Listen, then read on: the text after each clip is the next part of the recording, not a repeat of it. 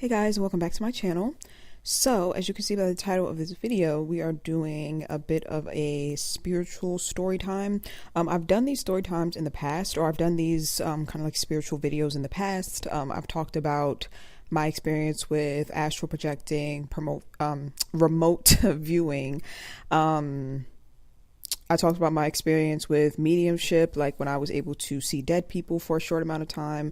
Was not a fun experience, but yeah, I have a video about that as well. So I'm doing another one of these videos. And as you can see by the title, we're going to be talking about just my overall paranormal experiences, including the first time that I ever saw a ghost. Now, if you're subscribed to my other channel, my psychology channel, I have told this story in the past, but I told it years ago. So I'm pretty sure there's a lot of you here that have never heard it, but if you have heard it, sorry, you could listen to it again, and that'll just confirm that I'm not lying, because the story will not change from when I first told it. So let's go ahead and get into it. Okay, so the first time I ever saw a ghost was when I was maybe 6 years old, like around 6, 7 years old. So we were living in Jersey City, New Jersey. That's where I'm from. That's my hometown. So we were living in Jersey City, and we were living in this building called St. Joseph's Home. And if you want to go on Google Maps and look up St. Joseph's Home, you definitely can. It's on, or the address is 81 York Street in Jersey City. For those of you who need like visuals and stuff like that, you can go on Google Maps and you can see the actual building. But, or is that what it's called? Google Maps, Google Earth? You know what I'm talking about, that the Google feature where you can look up certain places, you can see the actual buildings and the actual streets. So, like I said, we were living in this building called St. Joseph's Home. It was run by a bunch of nuns, which I loved. At some point after that, I decided, or some point during my stay there, I decided that I wanted to be a nun.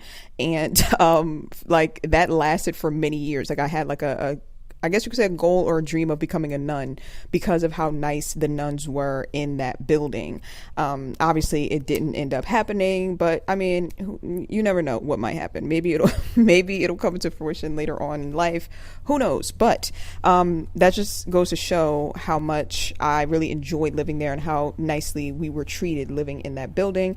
There was an after school program inside of the building that was also run by the nuns.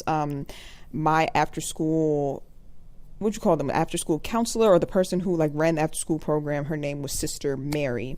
And I just remember that Sister Mary was an extremely kind woman. She would bake us cookies. She would bring us books to read. She's the person who introduced me to Harry Potter. She's the person that introduced me to Lemony Snicket, Series of Unfortunate Events. So I would say that I credit her with my my love of reading, like my awakening. And that doesn't really have much to do with this story. I just wanted to point it out and give her credit in this story, because she definitely made a big impact on my life, and I hope that she's doing well in life. Okay, so that doesn't have much to do with the ghost story. Moving on. So in this after school program, I met a boy. And this boy didn't live in the building, but his father worked in the building. So he would come to the after school program sometimes. This building was for women only. Only women lived in this building. So yeah, that's how I remember that he didn't live in it, because he actually lived with his father. So his father was a janitor of the building. I met him in the after school program, and he decided one day to tell me that the building is haunted. So I was very confused as a young child, because my idea of a haunted house came from movies, you know, where it's like a scary, spooky haunted house. There's like lightning striking in the background. Like that's what I thought about when I thought about like a haunted house. So when he told me it was haunted, I was a bit confused, a bit skeptical, but also a little bit nervous. But I don't think that I thought too much about it. Like I don't remember being like extremely fearful after he told me this, but I remember I just like took note of it, and I was a little bit confused, and you know, just a little bit like, just I don't know, it just made me feel a little bit off. And the only reason I really remember that is because this is the building that I actually did end up seeing the ghost in. So I mean, he wasn't lying when he said that the building was haunted. So some time passed, and like I said, I wasn't really paranoid or fearful about, you know, what he had told me, but it was, you know, definitely in the back of my mind. So one night I woke up out my sleep. I don't think that this was a day that was particularly special. Like, I don't even remember what was done that day. Like, it in my mind, it was like a regular day. Like, we went to school, we came home. It wasn't anything spectacular that happened that day. So I fell asleep just like I would fall asleep any other night. And I woke up in the middle of the night. I don't remember hearing anything, or I don't remember what woke me up, but I remember waking up in the middle of the night. And as my eyes started to adjust, because when you first wake up, like, your vision's a little bit cloudy, you're kind of, spaced out, you don't really know where you are in the first couple of seconds of waking up out of your sleep. It takes your brain a minute to adjust when you're first waking up. So, like, my eyes and my brain are adjusting as I'm waking up out my sleep, and I see a bunch of ghosts in my room. No, not just one ghost, a bunch of them. Like, they were having a ghost party, you could say. There had to be maybe 6 of them, maybe more. And the only reason I don't remember the exact number is because there were 2 ghosts that I was specifically focusing on. Those are the ones that stood out the most to me. I can't even really tell you what the rest of the ghosts look like. They were just kind of like side characters, amongst the main 2 that I was focused on. So the main 2 that I was focused on, the first one was this man who was in shackles. Like, he had handcuffs around his wrists, and then he had like shackles around his ankles, and then there was a chain connecting the 2. So you know how in like those old prison movies that I don't know if you ever seen like those old prison movies where like they're literally shackled and like their ankles are attached to a chain, and then the chain is attached to the handcuffs around the wrist. Yeah, it was like that. And then he was shuffling across the floor. And that's the thing that I remember most about this night, is that as he was shuffling across the floor, his chains that were around his ankles, they were dragging and they were making noise. Like the chains were like clanking as he was like shuffling across the floor, and he was making this very weird like groaning sound. Obviously it wasn't sexual. It wasn't like sexual moans, obviously, but it was like being in like a groaning, like when you're in pain. And he was just shuffling across the floor in pain, and his chains were just dragging across the floor and clinking across the floor. It was absolutely horrifying. I'm pretty sure that my body was just in shock, because I remember just like sitting there in my bed and just staring like wide-eyed at them. And they weren't actually acknowledging me. Like, he wasn't walking towards me. He was just shuffling across the floor. Like, he was not walking towards me. So, and the way that they looked see-through. Like, they looked like if you ever work with Photoshop and you turn the opacity down on an object so you still see it, but you like it's kind of see-through, like when you turn the opacity down on a picture in Photoshop, so the picture is clearly still there, you could still clearly see what it is, but it's like see-through. That's what they looked like. So that was the one that I was focused on. And then the second one that I was focused on was this woman, and she was like a really, really beautiful woman. She looked Hawaiian to me, or that's how my 6-year-old brain saw her. She looked Hawaiian. She had like a flower crown around her head, and the thing that stood out to me about her is that she was floating off of the ground. And so she was floating and she was jumping through the wall. So she would jump through the wall and be gone out of the room, and then she would jump back and be in the room, and she kept on doing that, like jumping back and forth. Obviously, this was 100% terrifying, especially like as an adult, that would terrify me. So imagine me at like 6 years old, absolutely horrified, terrified, just completely in shock. I didn't even know what to do. I didn't scream or anything. I was just staring. And then finally, I threw the covers over my head and shut my eyes like really, really, really tight, and just started just crying and just waiting for it to be over, like scared to death. And then after a couple of minutes, I took my head out of the cover and I looked around, and they were gone.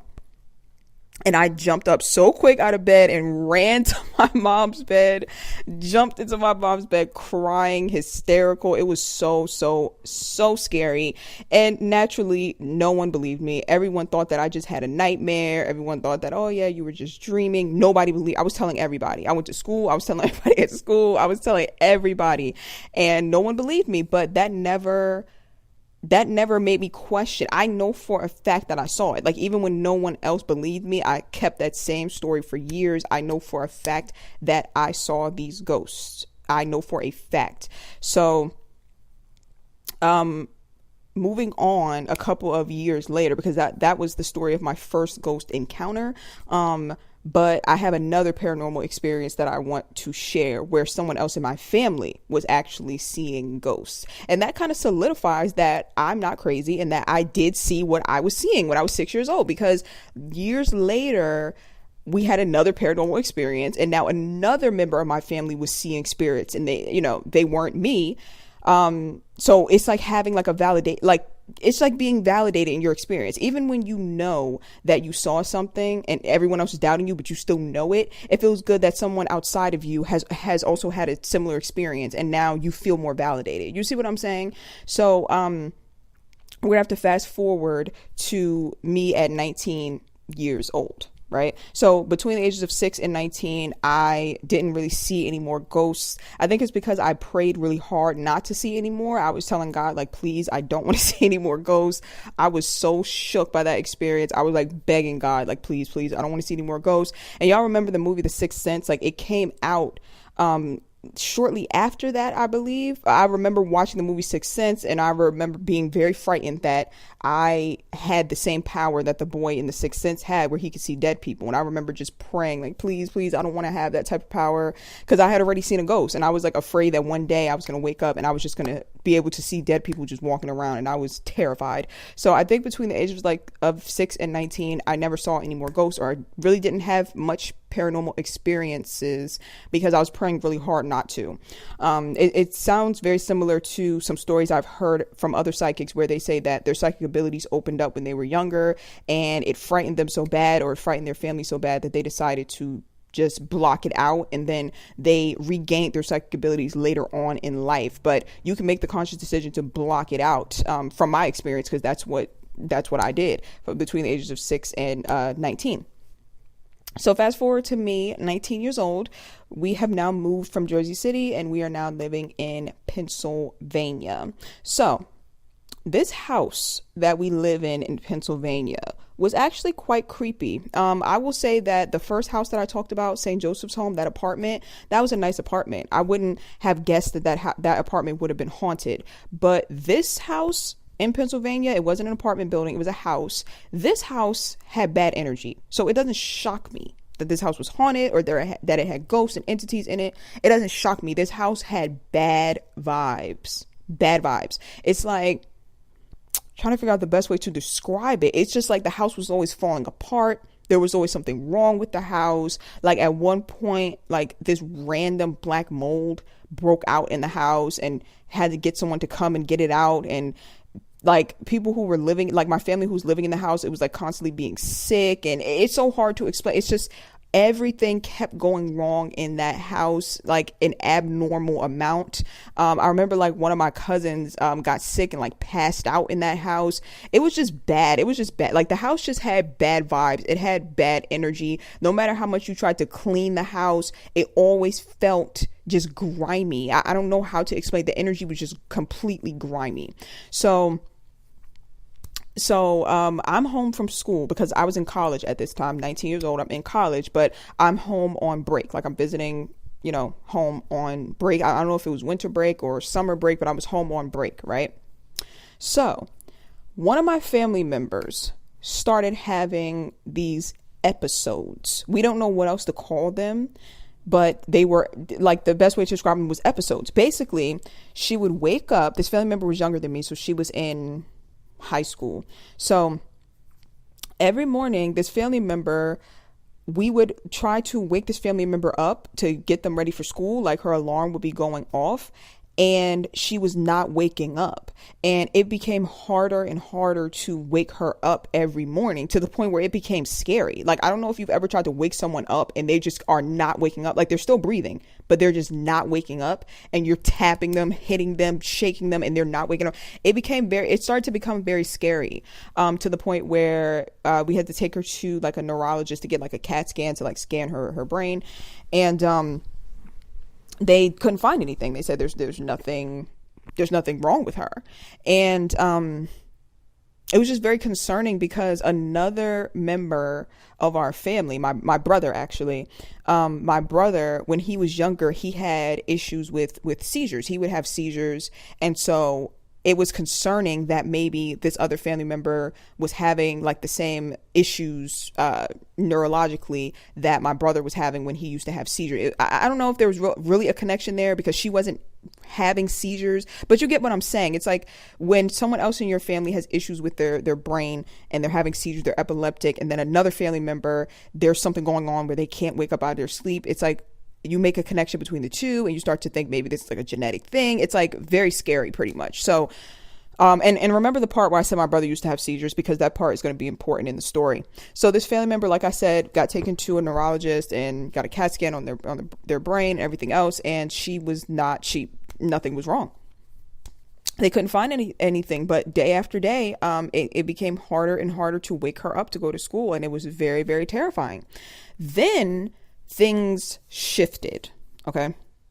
So now one morning we try to wake her up, and she actually does wake up, but she is in a trance-like state when she wakes up. I don't know if you've ever experienced sleep paralysis, where you're awake but you can't move. That's how I would describe it. Like, she would be awake and her eyes would be wide open, but she couldn't move and she couldn't speak.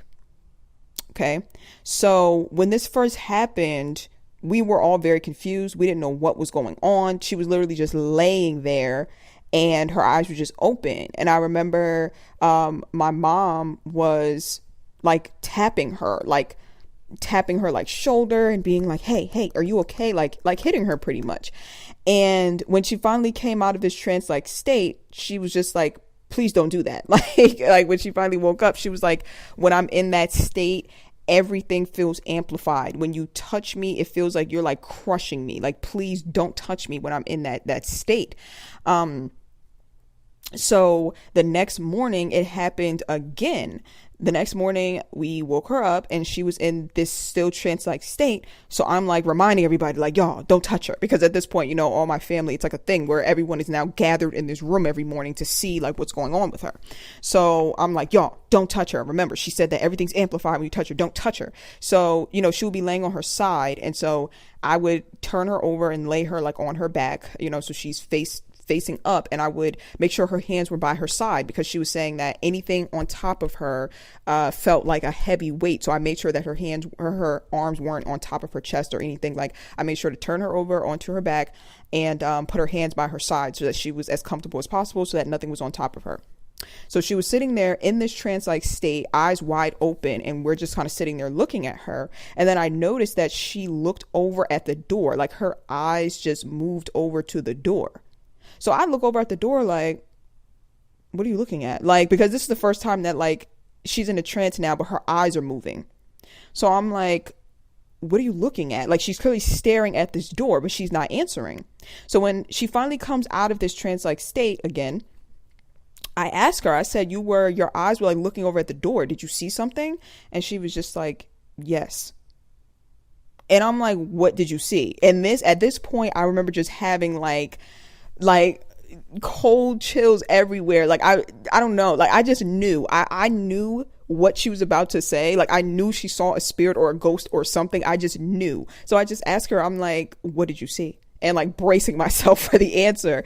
And she said that she saw 2 big black dogs standing at the door. We do not own any dogs.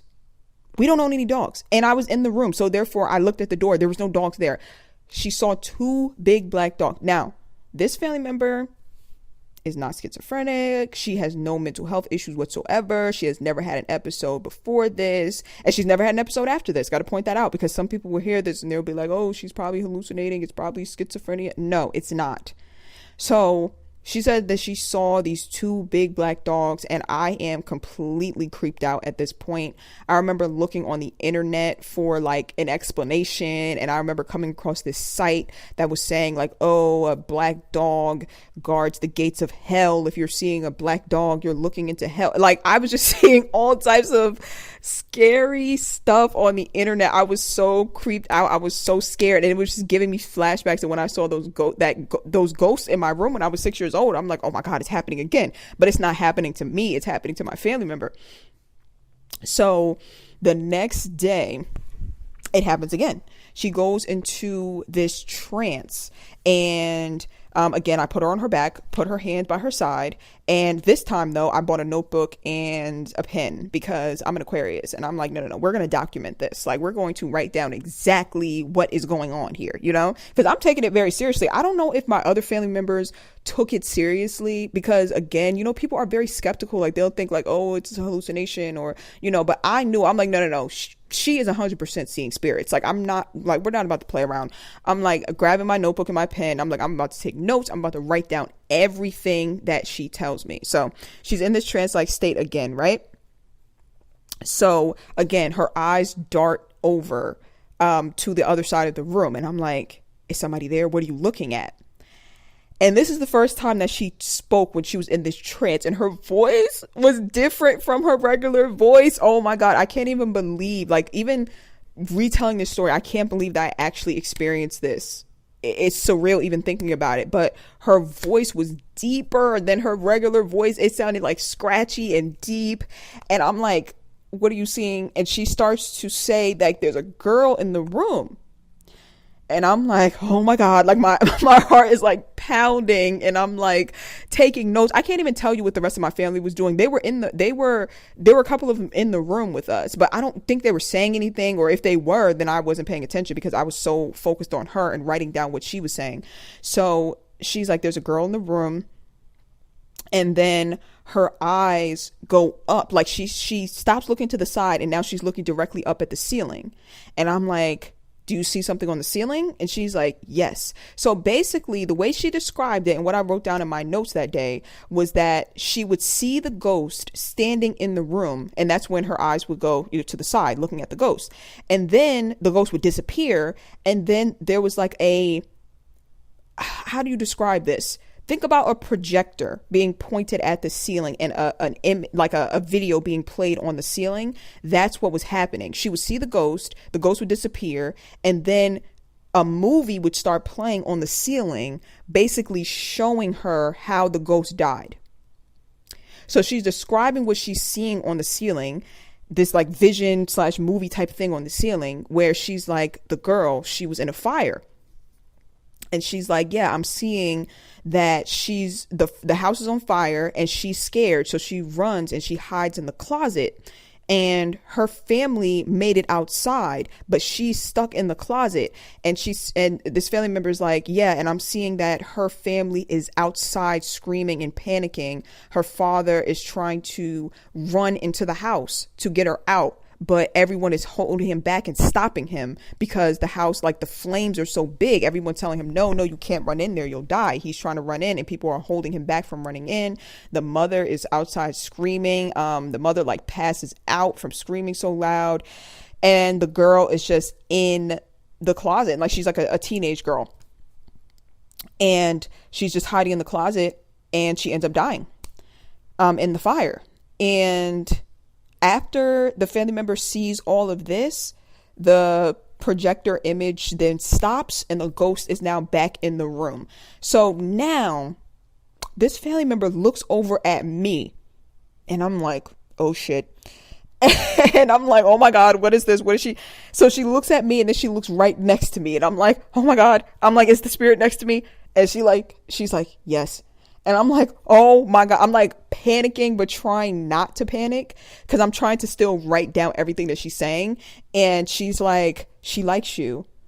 And then I feel this cold chill over my shoulder, and I remember my whole body just went cold and my eyes just started leaking like with tears, but I wasn't crying. Do you know how when you're outside in the cold and your eyes start leaking and like tearing up from the cold? That's what it felt like. Like my whole body just went cold and my eyes just started leaking, and this family member was like, she's hugging you. And that's what I was feeling. Oh my God, it was so, it was so crazy. Like, you would have to experience it to get the full depth of like how that felt. It was so crazy. So my eyes are just like tearing, running, leaking, and then suddenly it just stops and the spirit disappears. And I am 100% shook, absolutely shook, scared out of my mind. Okay. So then another spirit appears, right? So this family member's looking over again, and I'm like, oh God, is it another spirit? And she's like, yeah, but it's a man this time. So this spirit that she describes, she describes him as a black man, and he has a heavy foreign accent. It sounds like an African accent. And yes, I'm aware that Africa is a continent. It's not a country. I don't want anybody in the comments, Africa is a continent. It's not a country. You can't have an African. You know what I'm trying to say. Like, it's hard to, like, no one knows what country he was from. So I'm just trying to paint a picture of like how his voice sounded, or like the accent that he had. Okay. So then this family member goes on to say that this spirit that she's seeing is a slave, that he is describing himself as a slave, and he turns around and he shows all of these whip marks all over his back. And then he disappears, and then she's looking up at the ceiling again, because remember, the spirit appears and then disappears, and then on the ceiling there's like a movie playing of how the spirit died. So on the movie that was playing on the ceiling, it showed that he died from getting hung. His slave owner or slave master, whatever you want to call it, hung him. And he kept on repeating, like while he was in the room, he kept on repeating brother. He kept saying brother over and over. And to this day, we still have no clue what this brother thing means. We were like, is he talking about my brother? Is he like, does he have some sort of connection to my brother? Or is he saying like brother as in, you know, we're all black, so we're all brothers and sisters? We don't know. We have no clue. Maybe he was talking about his own brother. Maybe he's like a lost soul that's trying to find his own brother. Who knows? But he kept saying brother over and over again. And that's pretty much all there was with that spirit. And then he disappeared. And then she came out of the trance. And when she came out of the trance, her voice was completely normal again. And I was just sitting there stunned and dumbfounded at what had just took place. I had wrote down everything. She could remember being in the trance, but it was like a little bit hazy for her, if I'm recalling correctly.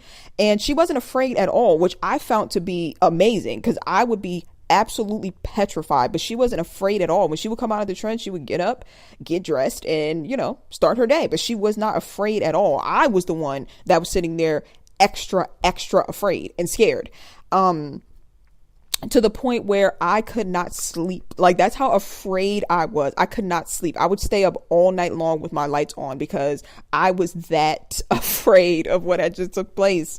And I would just reread my notebook, reread my notes over and over again, because I couldn't believe what I was seeing. Now, the next day, more spiritual activity took place. So the next day, she was in the trance again. Once again, I make sure that she's comfortable. I grab my notebook and sit next to her.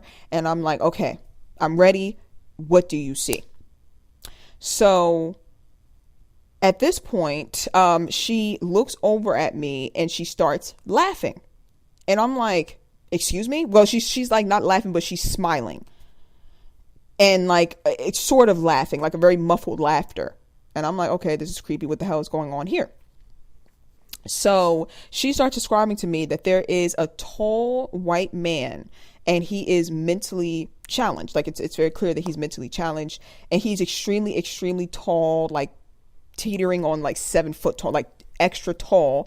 And he's looking down at me and making jokes about how short I am, because I'm 5'3", which was very disrespectful. You know, I don't appreciate being made a fool of in my own home. You know, I'm not a clown here for, you know, the amusement of my family member and her ghost friends. So this ghost is looking at me and laughing at how short I am, and my family member's laughing along with him. I'm like, y'all both ain't shit, but okay. So this ghost is drumming on my head like a drum set, like trying to be funny, basically trying to try to make my family member laugh. He's like leaning on my head, like on top of my head, because he's so much taller than me.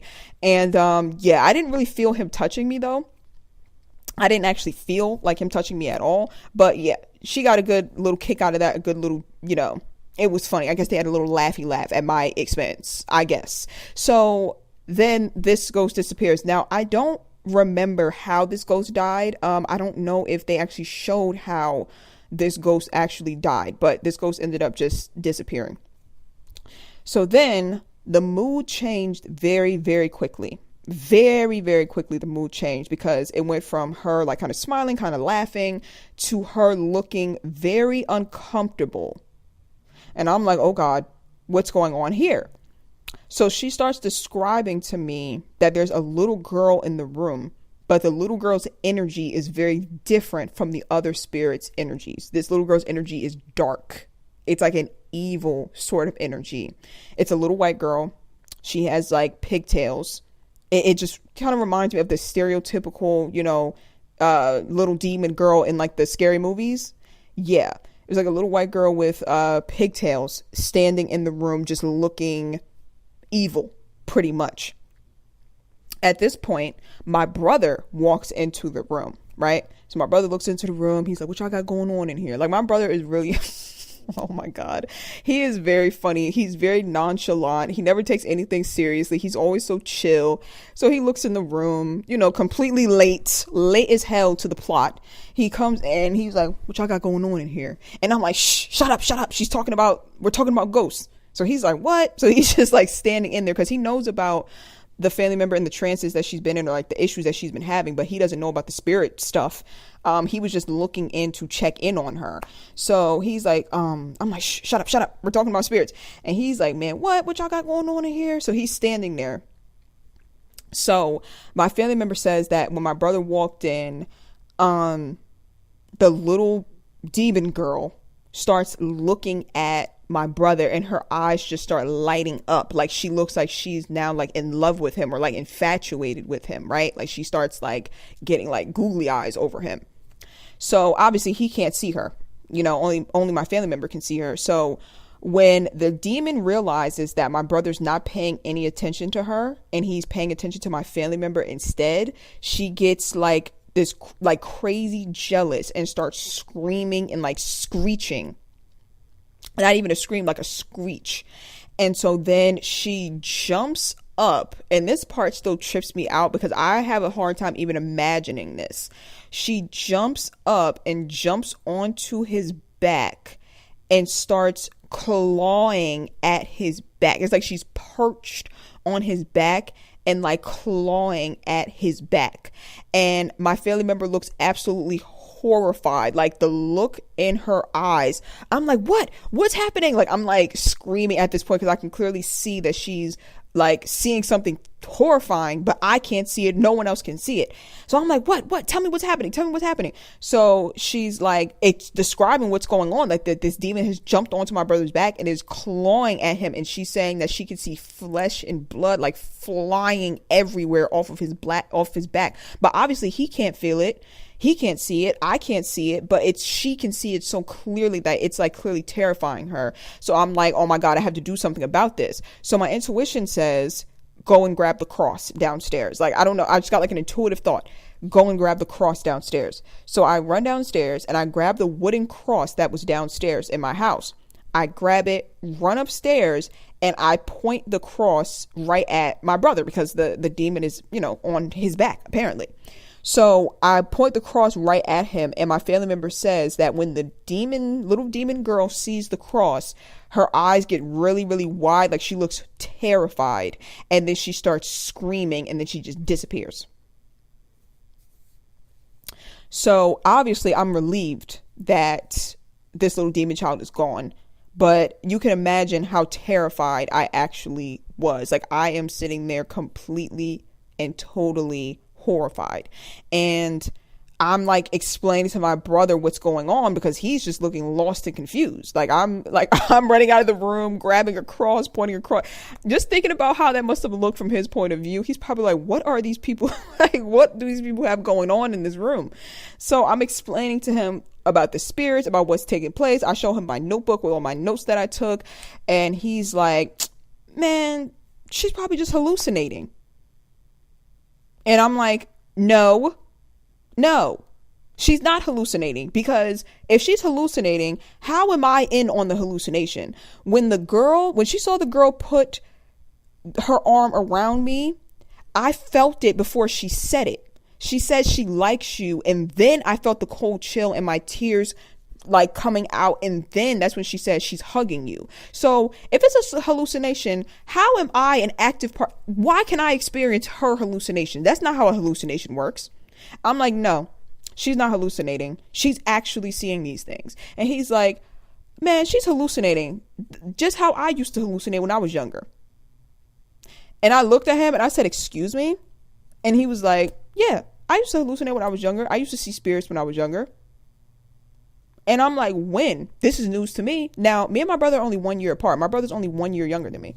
So I'm like, this is news to me. How come you never said anything about seeing spirits? And he's like, because I was hallucinating, so I didn't say anything. Now, this is where it comes in, where I talked about how my brother used to have seizures.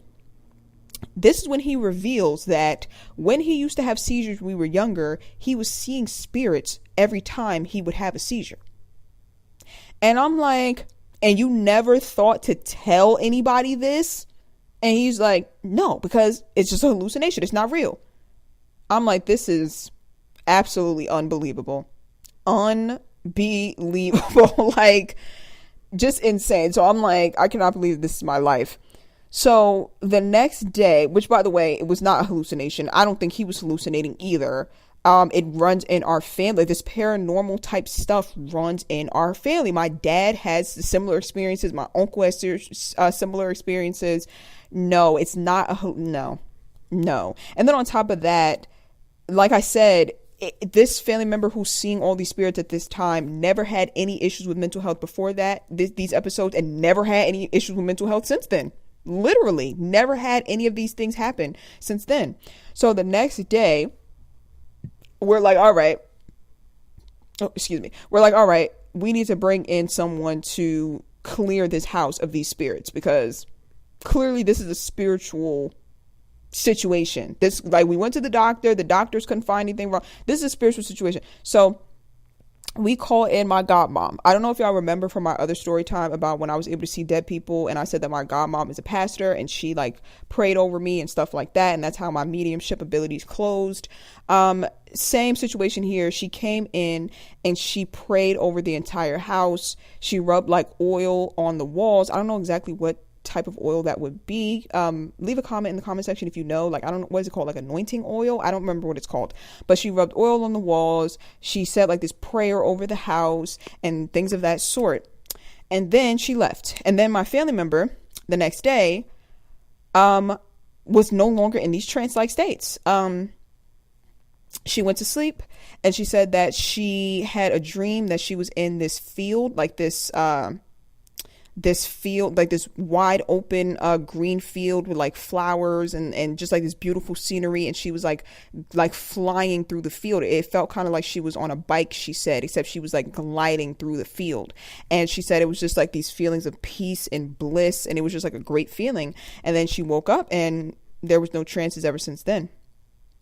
And I remember I carried that notebook with me everywhere. I was telling anybody who would listen, oh my God, look at what happened. Let me read you this out of my notebook. Like, I was both fascinated and completely just shook and in disbelief and afraid. And it was just so many emotions at once. All I know is that I had a hard time sleeping through the night for a very long time after that. For a very, very long time after that. So yeah, those are my paranormal experiences. And Yeah, and for anybody, like, I hope nobody would come on this channel and say this, because y'all are my people. I know that, y'all are interested in tarot and things like that. But on YouTube, there are people who could just randomly watch your videos. So I'm going to give this disclaimer, okay? I was not reading tarot at this time. Okay, so please, no comments about, oh, it was probably those tarot cards. You probably opened a portal. Absolutely not, because I was not reading tarot. I didn't start reading tarot until I was like 20, how old? 27, 28? No, wait. Let me do the math. No, okay. I've been reading tarot for like 4 years now. So I was like 26 when I started reading tarot, 26, 27. So no, it was not my tarot cards that opened a portal and released spirits into the house. No, I was not reading tarot. I was actually quite afraid of anything that involved tarot and stuff like that, because I already had that experience with spirits when I was younger. I didn't want to go anywhere near psychics, tarot cards, anything like that. I was definitely afraid of all of those things because of the experience that I had when I was younger. I only, got the courage to start reading tarot later on in my 20s because of my spiritual awakening that had taken place. But even then, I was extremely cautious. I went directly to my goddad and, asked for his advice. And then he told me to ask his girlfriend, because his girlfriend is indigenous, and she gave me a rundown of how to protect yourself. She introduced me to Palo Santo, how to cleanse your space with Palo Santo, and things like that. So I've always been very big on protection and things of that sort, even when I was reading tarot, or even when I started reading tarot, because of the fact that at 6 years old, I had that experience with spirits and it scared me so bad. So I'm always very cautious. I'm always very protective of my energy. I don't just dabble in the spirit realm or all willy-nilly. Absolutely not. So yeah, no, it was not my tarot cards or anything. No Ouija board. Like, no, it was none of that. We did have a Ouija board. That's a whole nother story. Not related to this one, a whole nother story that I could tell at a different time. But yeah, that's it. That is my paranormal experiences. 100% true, 100% facts. I don't know what type of life I'm living and why it's so crazy like this, or why I have these type of experiences. It's just nuts to me. Like, my life just feels like this very, very weird spiritual psychological thriller. I don't know, it's very strange. But if you have any paranormal experiences, feel free to leave them in the comment section. I would like to hear them, and I will see you guys in my next video.